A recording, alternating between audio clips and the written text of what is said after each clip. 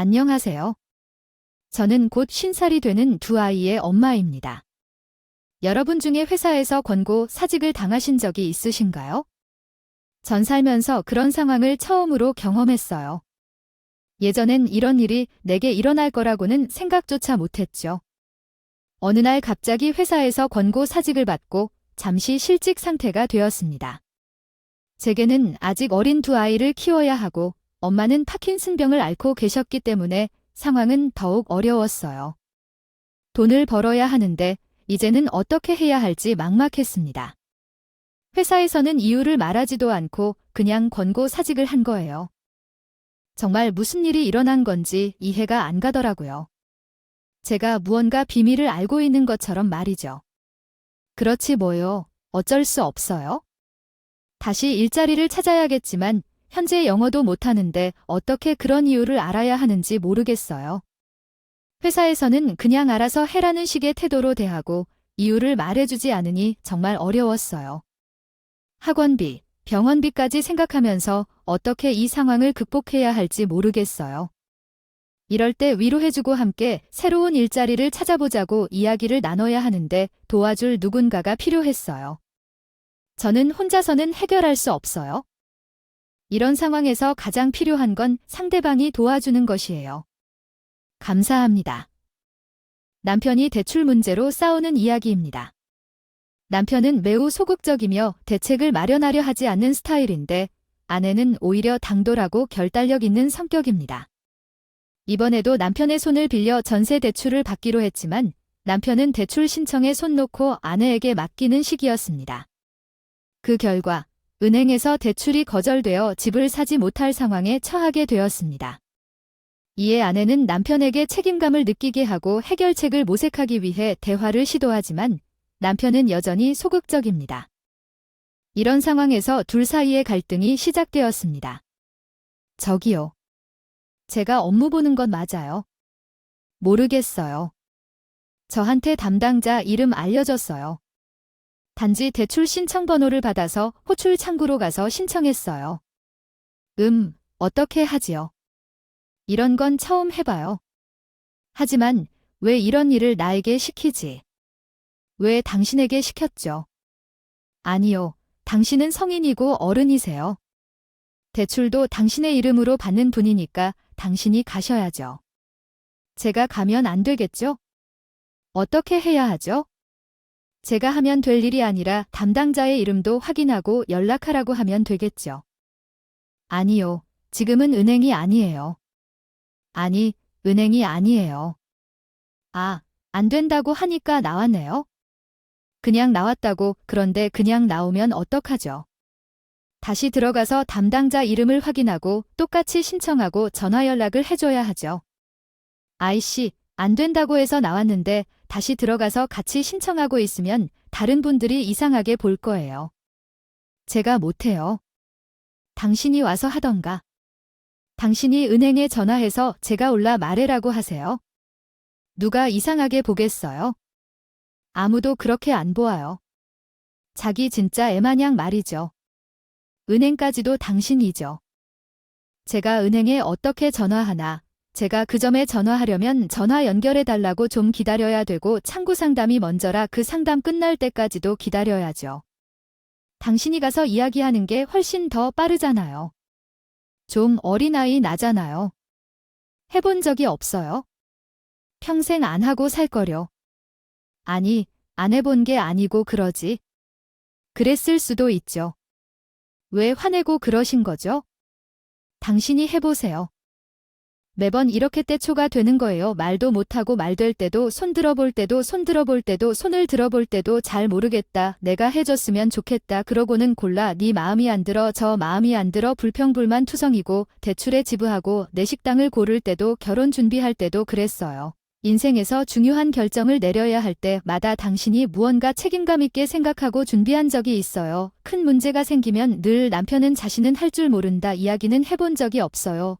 뒤로 미는 모든 것을 나에게 하던 남편은 늘 그랬고 그날도 또 그랬던 남편에게 화가 나서 대포 싸웠고 대출 문제도 결국은 남편이 창고 직원과 소통이 잘 되지 않아서 창고 직원이 제대로 알아보고 접수하고 해결한 것이라고 해요. 이런 일은 한두 번이 아니라 집안에 큰 문제가 생길 때마다 늘 누군가와 함께 해결하려는 것이 아니라 혼자 해결해야 한다는 생각에 점점 더 답답하고 어르르했어요. 그러던 어느 날 우리 엄마가 요양병원에서 연락이 오길래 엄마에게 무슨 일이 있었느냐고 물었어요. 너무 놀란 저는 급히 전화를 받았어요.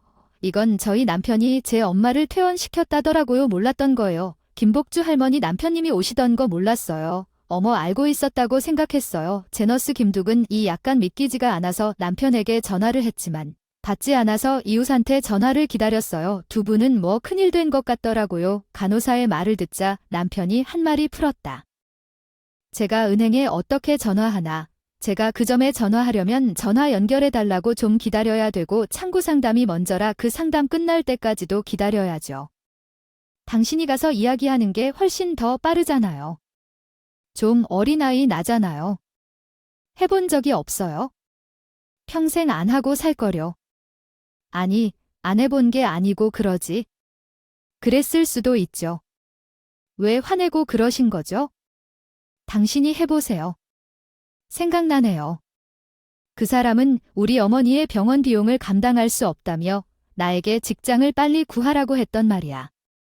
그 말을 한 지 하루도 안 지났는데 오늘 출근하는 척하더니 우리 어머니를 병원에 보냈다는 걸 알았어. 내가 백수가 되자마자 남편은 어머니를 갑자기 요양원에서 퇴원시킨 거야? 남편과 그날 싸웠던 후 이런 일을 벌인 거야? 집에 돌아와 남편에게 전화를 걸었더니 남편이 드디어 전화를 받더라. 넌 뭐 하는 거야? 왜 갑자기 어머니를 날 위한 책임 없이 태운 거야? 내게 돈이 없다고 했잖아. 내가 돈을 벌어서 어머니의 병원 비용을 낼 수 있을 때 다시 보내줄 거야. 그 전까지는 어떻게든 돈을 벌어서 어머니를 돌봐야 해. 너가 다시 일자리를 구할 때까지 혼자서 모든 것을 손절할 생각은 없으니까. 그리고 혼자서 어머니를 마음대로 시골집으로 보내는 게 어떻게 가능한 거야? 어머니가 거동도 못하고 밥도 못 먹는데 만약 어머니가 뭔가를 다치면 어떻게 하려는 거야? 너 정말 염치 없다. 이기적인 것 아니야? 나 혼자서 돈을 다 감당할 수는 없어. 일하러 나가서 돈을 벌어야겠네. 남편과 싸움을 피하지 않고 벽을 향해 이야기하는 것 같았어. 나 혼자서 돈을 번 적도 없고 맨날 집에서 놀고 먹은 줄 알았더니 왜 할 자신은 모르겠지만 회사에서 한 번의 아내를 잃은 날 위로의 말을 건네며 힘을 붙여주려 했어요. 하지만 그녀가 말한 첫 문구는 지제 돈은 어떻게 감당할 거냐였고 행동은 엄마를 병원에서 내보낸 것이었습니다. 자기 엄마도 이러했을까요? 그런데 자기는 저를 내성적이고 부끄럽고 치밀하지 못한다고 비난했어요. 우리 엄마가 문제가 생기면 나는 너를 고집하며 살지 못해 이혼을 생각할 거예요. 그러자 남편은 그제야 망설임을 토로했고 거의 본다면서 자신의 엄마 밑에서 평생 돌봐줬던 사람이라 이혼이라도 하면 대처할 수 없어 무서웠다고 했어요. 그럼 어떻게 할 거예요? 우리 집에는 드릴 순 없잖아. 아버지는 가까운 사람, 남동생에게 부탁하고 오라. 급할 땐 형님만 꺼내서 엄마를 잠깐 봐주게 해. 그랬더니 남동생 역시 힘든 상황이었고 요청받을 수 없어서 미안했어요. 죄송해요. 너무 일이 많아서 형님이 그래? 저희 엄마를 잠시 보살피는 대신 곧 다시 병원에 들어갈 거거든. 제가 일 찾을 때까지만 좀 도와주시겠어요. 하지만 남동생 옳게도 너무 아팠지만 너무나 감사하다며 요청을 받아주었어요. 형님, 여태껏 열심히 일하셨고 그걸 몰랐겠지만 오히려 어머님 돌보아 주세요. 병원에 입원했을 때 우리보다 형님께서 더 많이 병원비를 냈나요? 저와 기수 씨는 그 사실을 몰랐는데 듣고 나니 죄송하고 마음이 아팠어요. 기수 씨도 그랬더라고요. 그래서 기수 씨에게 상황을 말하고 싶고 잠깐이라도 함께 있으면 좋겠다고 말했어요. 정말 고마워요. 최대한 빨리 다른 일을 찾아서 엄마를 모시겠다고 하겠어요. 그때까지 잠깐만 모시고 있도록 부탁할게요. 마음으로는 우리 집에 모시고 싶지만 애들이 둘이고 엄마가 편하게 쉴 수 있는 곳이 없어서 어려웠어요. 정말 괜찮아요. 우리는 괜찮아요. 엄마가 불편해 할까봐 걱정이에요. 모든 게 잘 해결되면 연락 주세요. 오래 걸리지 않을 거예요. 우리도 알고 있어요. 그러니 너무 미안해 말고 일단 해결부터 하고 알려줘요. 엄마 마음 안심해도 돼요? 우리가 잘 챙겨들 거니까요. 담당자의 배려로 엄마는 잠깐 동생 집에서 머물게 되었어요. 저는 그날부터 아르바이트를 찾으러 다니고 4일 만에 다시 일자리를 구할 수 있었어요. 하지만 잘리기 전보다 월급은 낮았어요. 남편은 여전히 농가와의 갈등 상태를 유지하고 있었고 백수가 된 후부터 남편의 행동이 이상해 보였어요.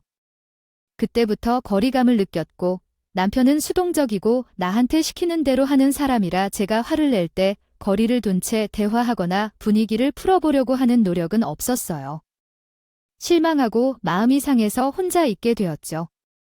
남편의 변화에 속상함을 느끼던 어머니는 갑작스럽게 아픔을 호소하셨다. 고혈압으로 고생하던 어머니가 건강에 신호가 켜진 것이다. 그녀는 몸 상태가 좋지 않다며 머리가 아프고 가슴이 답답하며 입맛이 없다고 했다.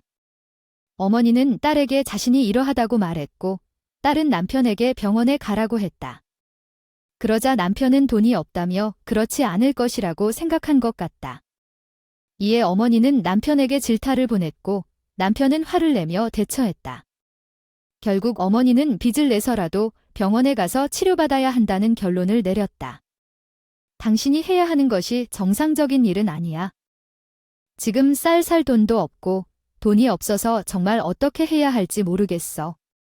너가 생각하는 것이 이상하고 정신이 없어 보인다. 오늘 어머니를 병원에 모셔야 해. 내가 아르바이트를 시작한 지 일주일도 안 됐어. 내가 반차를 쓰고 병원에 가는 게 더 좋겠지.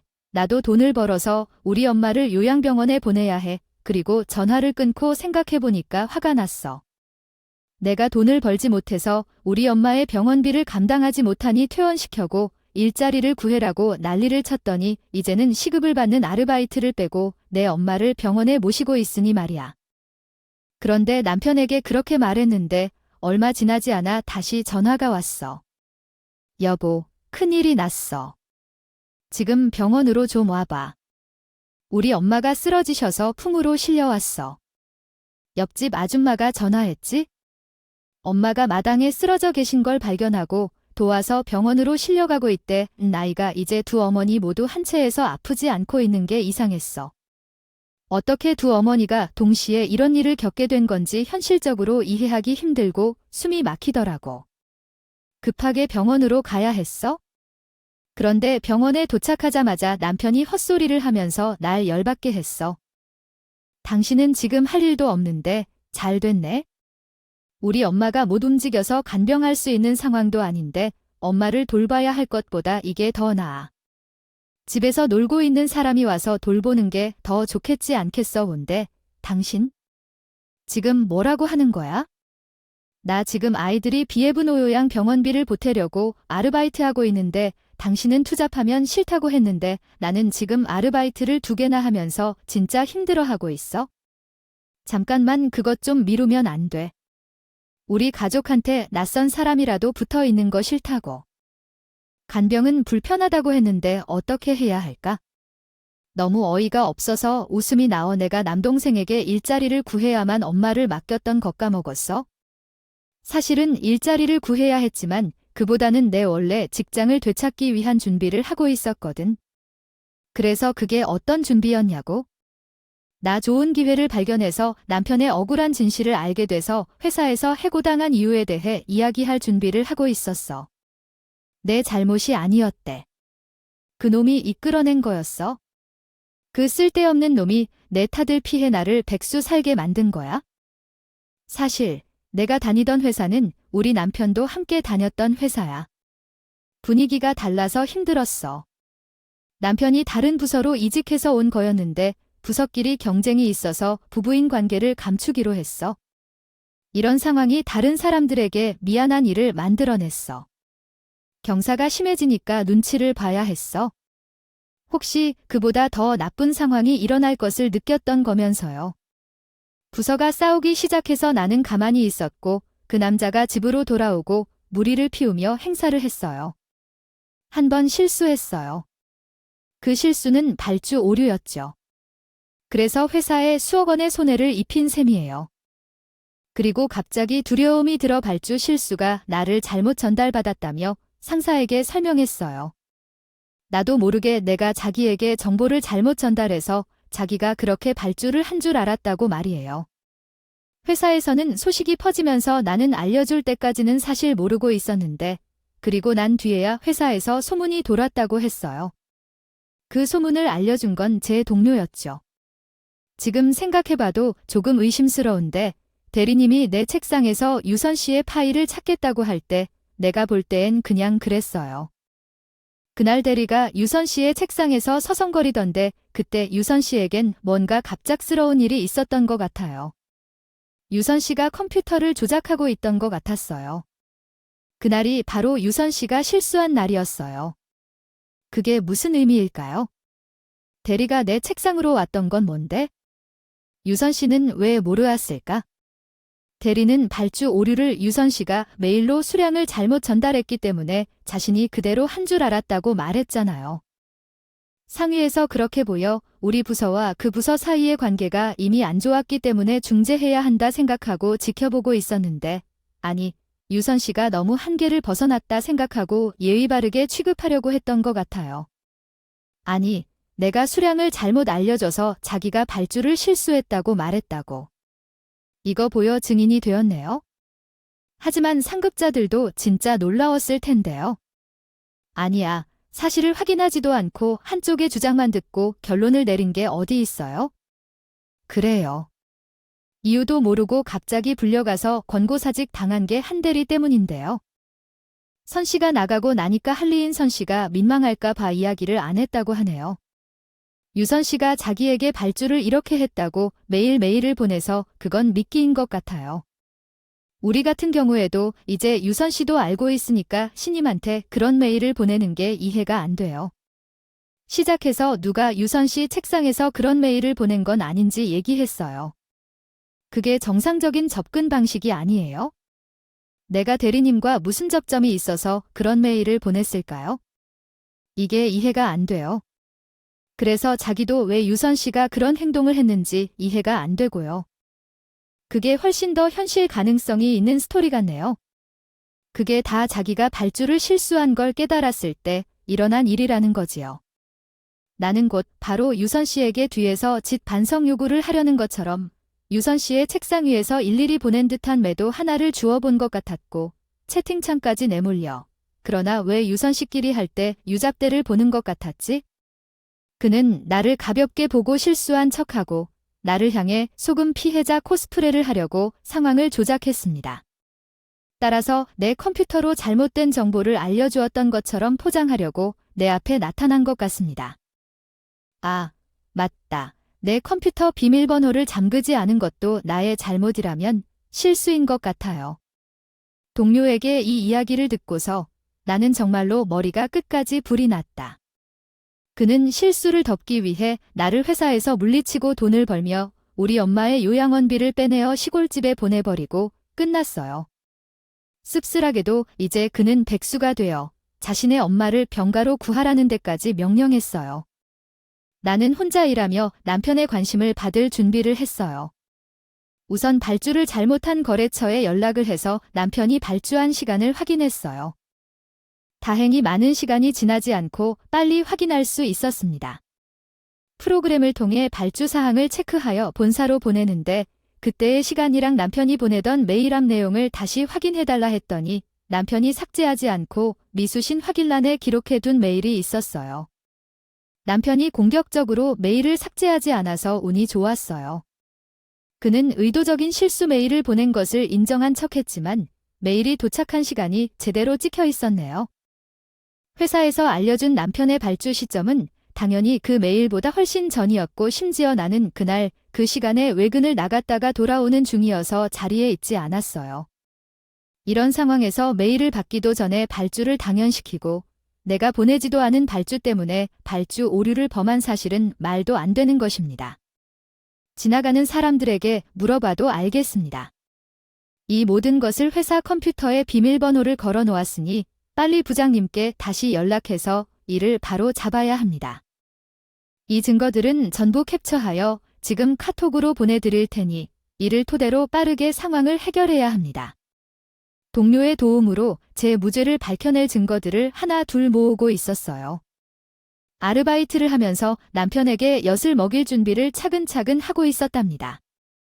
할머니 병원에 한 번 더 대판 싸움이 벌어진 그날, 동료가 제공한 자료와 증거를 토대로 부장님에게 연락을 했어요. 그때 당했던 일은 굉장히 불공평했고 억울했습니다. 한 기수 대리님이 나에게 면책을 받아야 할 증거를 가지고 있어요. 그러니 다시 한번 제대로 해결 부탁합니다. 회사가 심판받을 바 되기보다는 현명하게 처리될 것으로 믿어 부장님께 먼저 부탁드리고요. 제가 보낸 사진들을 한번 확인해 보세요. 부장님은 놀랄 것이고 상황이 어떻게 되었는지 알게 될 겁니다. 증거로 남편이 발주한 시점과 내 메일이 발송된 시점을 전달했어요. 정확히 33분 차이가 있었습니다. 거미 입술 사고 길어놓기 전에 들면 청음하겠다. 누가 더 깬 걸까요? 새가들은 서서히 내려와 많은 아픔을 느끼고 많은 일을 소중하게 여기면 항상 어려움도 어려움을 겪어 어려운 상황에서 역할이 능숙한 유선에게 돌아갔다. 그러면 한대리 이런 일을 안 보더라고요. 아니가 누구일까요? 자기 아내를 용서하려면 회사와 본사에서 그 발주로 인해 어려움을 겪었으며 거래처 내부 역시 어려움을 겪어 중간 고려 없이 얼마나 어렵고 어려운 일인지 부장님이 떠올리기 귀찮다는 듯한 소리를 내며 얘기를 했다. 어떤 상황에서 내가 남편의 두 얼굴을 드러냈다. 남편에게 다시 한번 불은 삼각대면 아무려나 좋을까요? 부장님과 제가 고용한 성인 셋의 대면에서 부장님이 제가 찾은 증거들을 먼저 남편에게 보여주었다. 완전히 믿을 수 없을 만큼 선택한 잣대여서 말이 되지 않는다면 퇴사할 것을 약속했었다. 처음에는 남편이 내가 진지을 정도 놀라서 앉아 있었을 때 정말 놀랐지만 놀랐다는 척하면서 놀라 가져자는데 새라고 생각하고 있었습니다. 이 남자는 모든 송신 기록이 지워진 것처럼 보이다가 한 모두가 송신 기록이 남아있음을 인지하면서 한 번 더 놀랐다. 그가 부장에게 보여준 가짜 메일은 사진을 포토샵으로 조작한 메일 캡처 화면일 뿐이었다. 아내도 진심으로 생각해 보았지만 길을 헤매는 모습을 보면 해결책이 없을 것 같다는 것 같았습니다. 바로 꿇어서 사과를 거듭하다. 부장님께 죄송합니다. 너무 두려워서 이런 실수를 해버리고 그 손에 감당할 수 없는 일이었어요. 뭐라고 접혀서 혼내지 않고 눈이 어둡고 무서워졌다. 사실 여자는 내 아내입니다. 내가 나의 아내와 함께 있다고 하면 믿게 됩니다. 부부장님은 금방 자신의 잘못을 인정하는 남편을 보며 얼굴이 붉어지더군요. 어디서 이런 사람을 구할 수 있겠어요? 어디한테도 이끌볼이 없는 사람이네요. 여기가 무슨 학교라고. 자신의 잘못을 대신 상대방에게 끌붙이면 끝이라고 생각해? 남의 생계를 이렇게 쉽게 끊어버리고 자기 아내한테는 끝까지 뒤집어지게도 했어. 제발, 이런 사람에게 중요한 임무는 더 이상 맡길 수 없을 것 같아. 당장 나가라. 이 방에서 나가거라고. 회사에서 나가서 부부장님, 정말 죄송합니다. 잘못했어요. 한 번만 용서해 주세요. 다시는 그러지 않을게요. 여보, 들어줘. 지금 제 남편이 엮이지만 이건 무시를 당했어.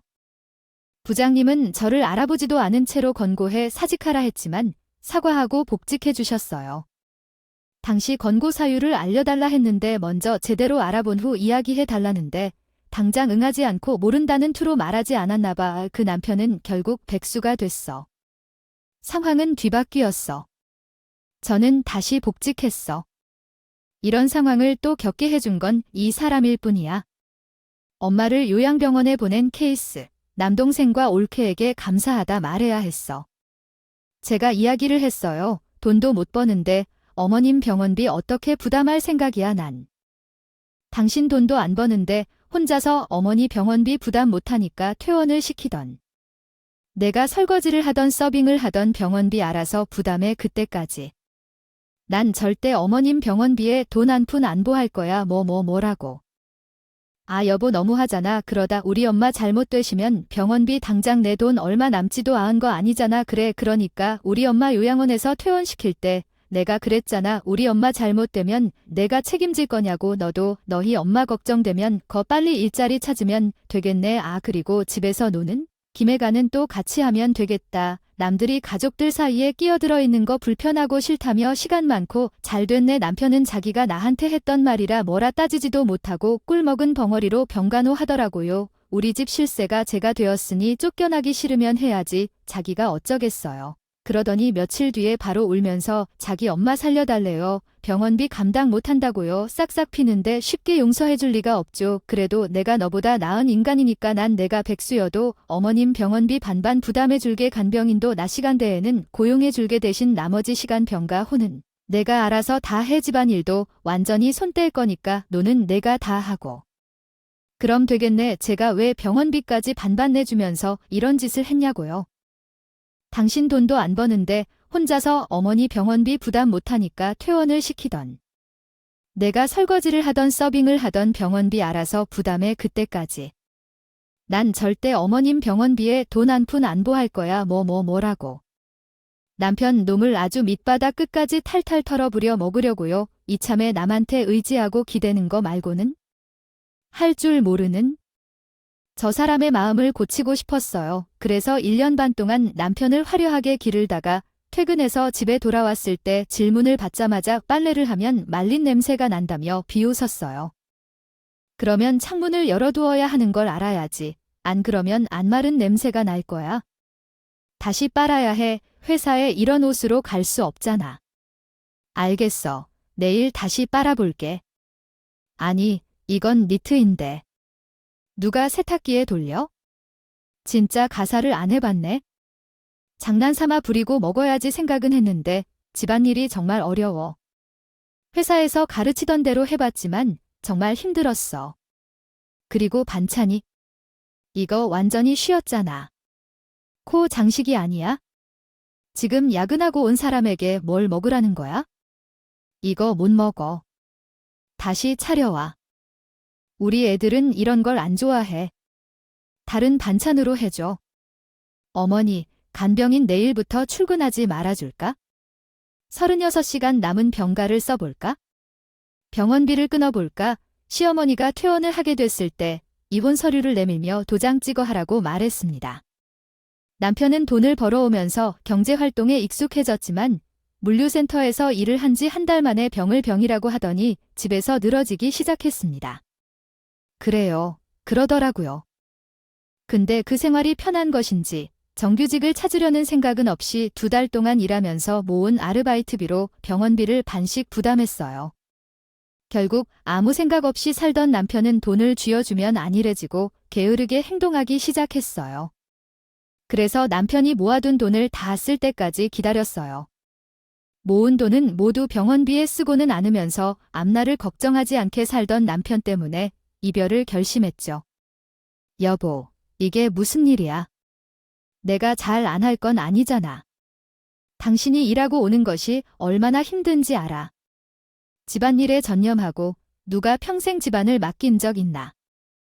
그리고 내가 백수가 됐다고 했을 때 너가 한 말도 기억 안 나. 병원비를 혼자 부담해내기 어렵다며 빨리 일을 찾으라고 말했지만 내 키는 아무런 생각 없이 일을 찾으려는 흔적도 없었어요. 그리고 아르바이트를 열심히 하더라도 좋은 일자리를 찾으려는 의지도 보이지 않았어요. 아르바이트를 2달 돌리다가 이젠 너를 독립하자고 제안했을 때 당신은 깜짝 놀랐어요. 아, 그래도 아르바이트를 하고 있는데. 그나마 받는 월급도 조금씩 올라가고 있잖아. 지금은 편의점 아르바이트도 하고 있어? 그래도 새로운 일을 찾으려 하는 의지도 없어 보이고 돈을 벌고 싶어하는 열정도 없고 집안일을 제격으로 하고 있는 것 같아. 그런데 어떻게 해야 해? 나는 맞벌이하지 않는 사람과 살 생각이 없는데. 다시 일을 찾겠어요, 여보. 딱 일주일만 기회를 주세요. 응, 갑자기 어디서 일자리를 찾았길래? 내가 얼마나 많은 시간을 너에게 주었는지 잊어버린 것 같아. 벌써 5달째인데 지금까지 당신이 직장을 잃었을 때 얼마나 시간이 걸렸는지, 병원비와 아이들을 어떻게 해야 할지 많은 고민을 하고 계셨습니다. 그러나 이혼을 결정할 수 없었죠. 그런데 남편이 이혼을 제안하자 당신은 크게 충격을 받으며 이혼을 원치 않았습니다. 그렇지만 이혼은 결정되지 않고 당신은 아르바이트나 파트타임으로 돈을 벌기 시작했습니다. 이렇게 여러 어려움에 직면하던 중 남편은 일자리를 구해서 다시 생각해 볼 만하다고 하며 이혼을 다시 생각해 달라고 했습니다. 현재의 상황은 매우 복잡하고 어려운데 언제나 최선을 다해 해결책을 찾아보는 것이 중요합니다. 기회가 될 것이기를 바랍니다. 사람이 생각하는 게 1차적인 것일까? 아이들에게 더 안 좋은 영향을 줄까 더 생각해 봤어요. 급히 속전속결로 이혼을 결정했어요. 이후 시어머니는 어떻게 하셨을까요? 태연 씨는 어떻게 되었나요? 그런데 이혼 후에도 여전히 다른 사람에게 의지하는 것만 하는 전 남편 놈은 전 시어머니가 태어난 이후에도 애물단지 취급이었던 것 같았어요. 정말 늙을 때까지 애물단지가 될 아들을 키우고 계십니다. 솔직히 이혼하신 분이 본인의 팔자를 그렇게 만드신 것 같아요. 항상 제가 함께 사는 동안 버릇처럼 하던 말이 우리 엄마가 해주었다 였거든요. 몸만 커졌을 뿐인 아들이 집안의 소중한 딸을 결혼시켜 보낸 게 아니라면 거의 입양시키는 것이나 다를 바 없겠죠. 전 남편 놈이 내 곁에 있을 때 얼마나 행복했었다고 그러시더라고요. 대신 저는 아들 셋이 된 것 같았지만 어차피 끌려가야만 하는 상황이었고 어떻게든 그런 상황을 유지하고자 노력을 했지만 그 노력도 물거품이 되었어요. 결국 그 매독 같은 아들은 자신의 어머니에게 돌아갔고 그 점이 정말 다행스럽게도 다시 합류할 수 있었어요. 회사에는 부장님, 차장님, 그리고 윗분들 많이 사과를 해주셨던지 퇴사 후 부활하여 눈치를 조심해야만 하는 일상 생활을 하고 있었어요. 그리고 자꾸만 다른 사람에게 많이 챙겨주셔서 일하시는데 조금 더 편하게 살 수 있었어요. 엄마의 요양병원비도 혼자서 충분히 해결할 수 있는 월급을 받고 있기 때문에 그대로 정년까지 살아나가려고 합니다. 이 정도면 제가 잘한 것일까요? 이제 모든 아이들이 고등학교를 졸업하고 성인이 될 때까지도 견뎌내야겠어요. 당연히 남편 놈한테 양육비도 받아내고 있고요. 애들도 엄마 속 안 썩이고 그저 성실하게 학교 공부도 잘하는 편이라 등록금도 크게 걱정은 안 하고 있어요. 그래도 애들 대학 보낼 때까지 그리고 아픈 저희 엄마 돌아가시기 전까지 최고로 편하게 모셔야 하니 그때까지는 더 힘을 내보려고 합니다. 배우자에게 의지하기만 하며 사는 건 나 스스로에게도 독이 되는 것 같아요. 스스로가 경제적으로나 정신적으로나 독립하고 자립적으로 살 줄 아는 사람이 진정한 성인이나 몸만 컸다고 다 같은 어른이 아니구나라는 걸 느끼게 된 값진 경험이었다고 생각하고 살려고요. 그래서 저는 저희 아이들도 경제력으로 정신적으로나 독립한 성인처럼 자랄 수 있도록 기르는데 가장 중점을 두고 있어요. 부디 자식 키우는 부모님들 내 새끼 편한 거 좋은 것만 해주려고 신경 쓰지 마시고 우리 자식들이 나중에 사회에 나갈 때에도 어엿하게 자립심 강한 성인이 되어 나갈 수 있게 집에서 올바른 가정 교육 시켜주시길 바랄게요. 그래야 사회 나가서도 남한테 민폐 끼치지 않고 멀쩡한 성인 대접받으며 본인의 삶을 꾸려나갈 수 있을 테니까요. 옛날에도 그랬지만 요즘에도 부모들이 너무 자식을 오냐오냐 키우는 것 같아요. 결국은 내 손으로 뭐 하나 제대로 할 줄 아는 것 하나 없는 어른으로 자라나죠. 어릴 적 엄마가 내게 부 맞춰 주었던 것처럼 세상이 내게 전부 맞춰 줄 거라고 생각하는 어른으로 말이에요. 남의 집 귀한 자식이랑 결혼해서 고생길 만들지 마시고 부디 각자 소중한 자식 올바르게 키워 멋진 성인으로 자랄 수 있게 힘써 주시길 바라며 이만 글 감사합니다. 함께 들어주셔서 감사합니다.